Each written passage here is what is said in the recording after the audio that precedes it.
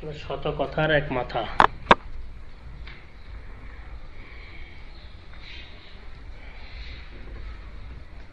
যে বিষয়টি 2-3 জুমা ধরে সামান্য আলোচনা করতেছিলাম,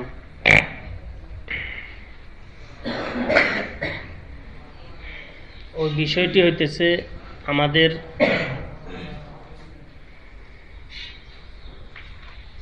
উন্নতি অগ্রগতি কিভাবে আমাদের অর্জিত হবে, আমরা অর্জন করতে পারব।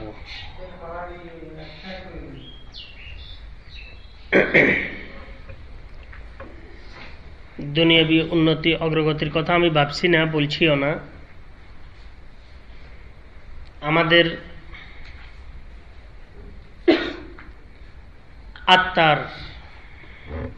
আত্মাদিক উন্নতি আর অগ্রগতির কথা ভাবছি। আত্মার উন্নতি যদি সাধিত হয়ে যায়, দুনিয়ার উন্নতি অগ্রগতি অবশ্যই অর্জন হবে। আর আত্মারটা যদি অর্জন না হয়, দুনিয়াটা যদি লাখো গুণ যদি অর্জন হয়, তাহলে এটার কোনো ফল নাই। দেখতে লাগে যে বহু কিছু, কিন্তু ফলাফল শূন্য। এই কারণে আত্মার বিষয়গুলোর প্রতি লক্ষ্য করা, দৃষ্টিপাত করা আমাদের কর্তব্য, দায়িত্ব। আত্মা ঠিক, সব ঠিক। আত্মা ঠিক নাই, কিছুই ঠিক নাই। যে হুজুরে আকরাম সাল্লাল্লাহু আলাইহি ওয়াসাল্লাম ইরশাদ করেছেন, আলা ইন্না ফিল জাসাদে লামুজগা, ভালো করে শুনো, তোমাদের দেহের মধ্যে এমন একটি অঙ্গ আছে, ইযা সালুহাত সালুহাল জাসাদু কুল্লুহু।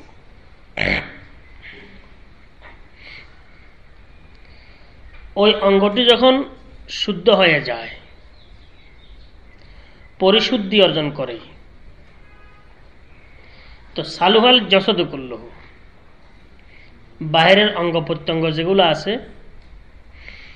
এগুলার সবগুলোর মধ্যে পরিশুদ্ধি অর্জন হইয়া যায়।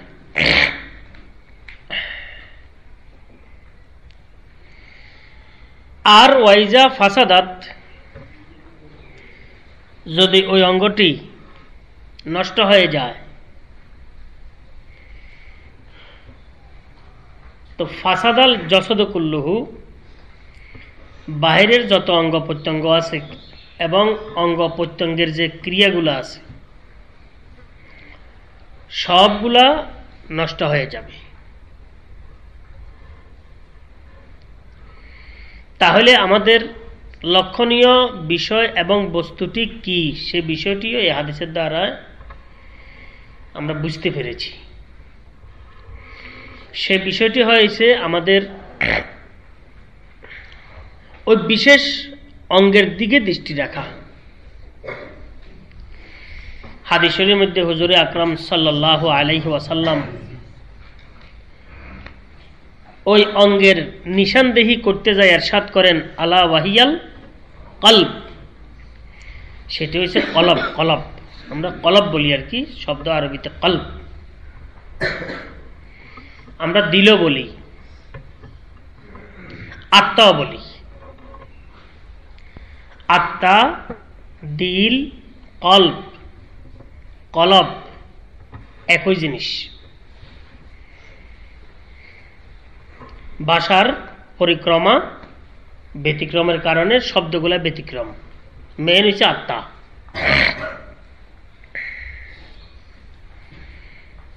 এই আত্মার পরিশুদ্ধি অর্জন করা, এটা হচ্ছে জরুরি বিষয়। আর একটি রাওয়ায়াতের মধ্যে হুজুরে আকরাম সাল্লাল্লাহু আলাইহি ওয়াসাল্লাম ইরশাদ করেছেন, আল গিনা গিনান নফস, আত্মার ধনী বড় ধনী।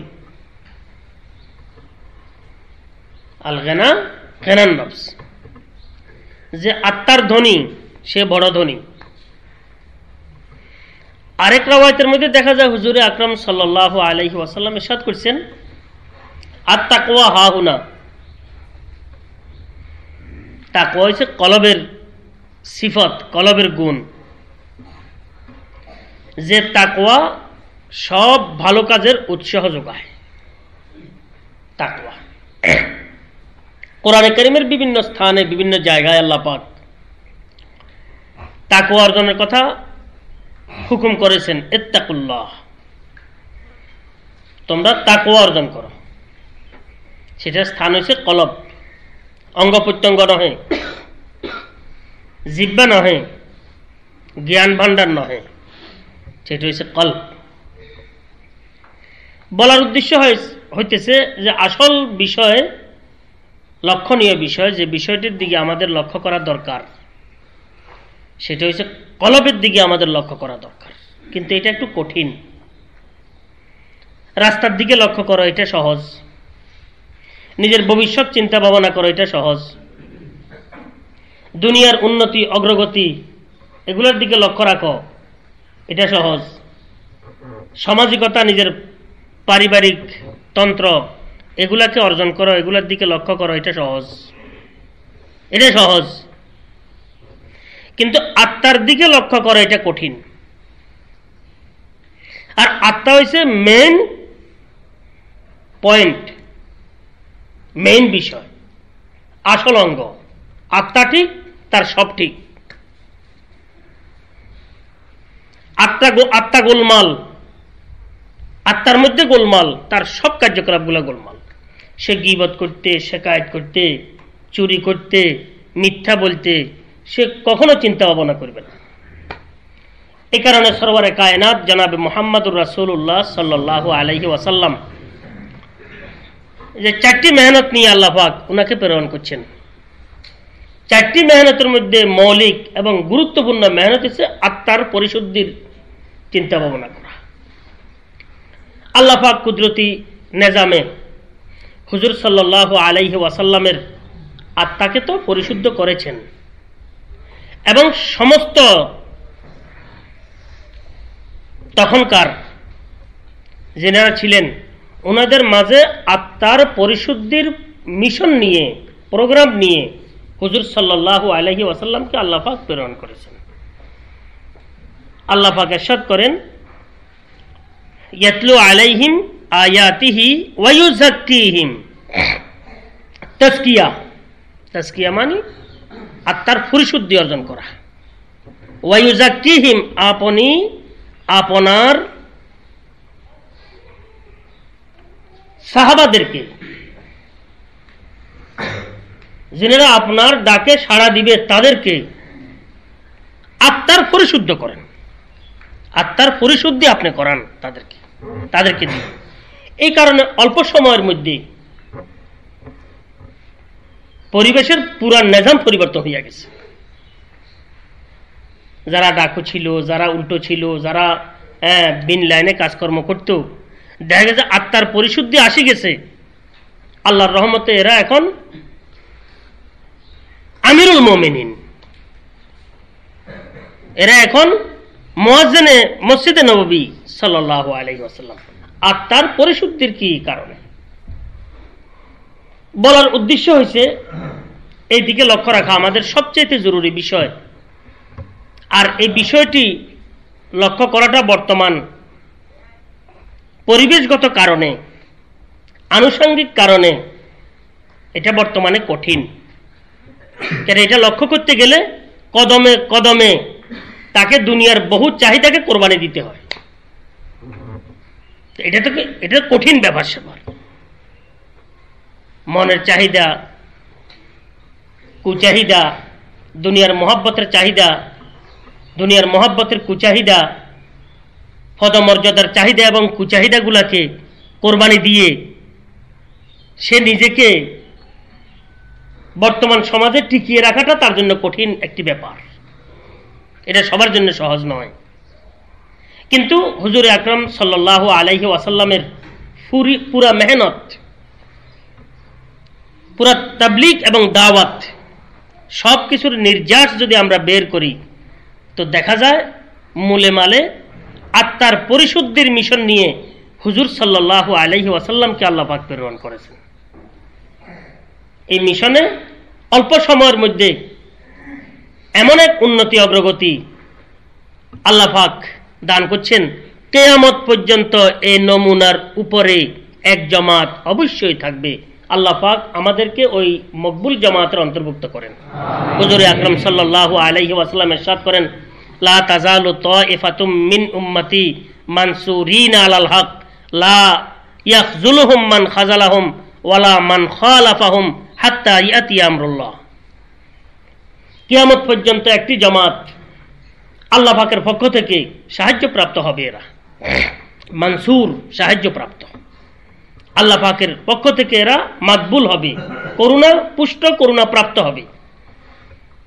দুনিয়ার কোন বাদে মুখালিফ, উল্টো বাতাস এদের উপরে কোন রকমের উল্টা আসর করতে পারবে না। যদিও সংখ্যায় কম হয়, এরা আত্মার ধনী, এরা আত্মার পরিশুদ্ধের অধিকারী। এদের দ্বারা দ্বীনের সঠিক নমুনা এবং দ্বীনের সঠিক কি বিষয়গুলা মানুষ কি প্রত্যক্ষ করবে এদের মাধ্যমে একমাত্র আল্লাহ পাক ওই নেক, ওই মাকবুল জামাতের অন্তর্ভুক্ত আমাদেরকে আল্লাহ পাক করেন। আমি বলছিলাম আত্মার পরিশুদ্ধির চিন্তা ভাবনা করাটা বর্তমান পরিবেশের মধ্যে এটা কিন্তু কষ্টকর, আর এটার একটি মন্ত্র একেবারে ছোট্ট আপনাদেরকে আমি পেশ করছিলাম, মাতা তাকুনু দাউন নফসে দাওয়াহা ইজা খালাফাতিন নফসু হাওয়াহা।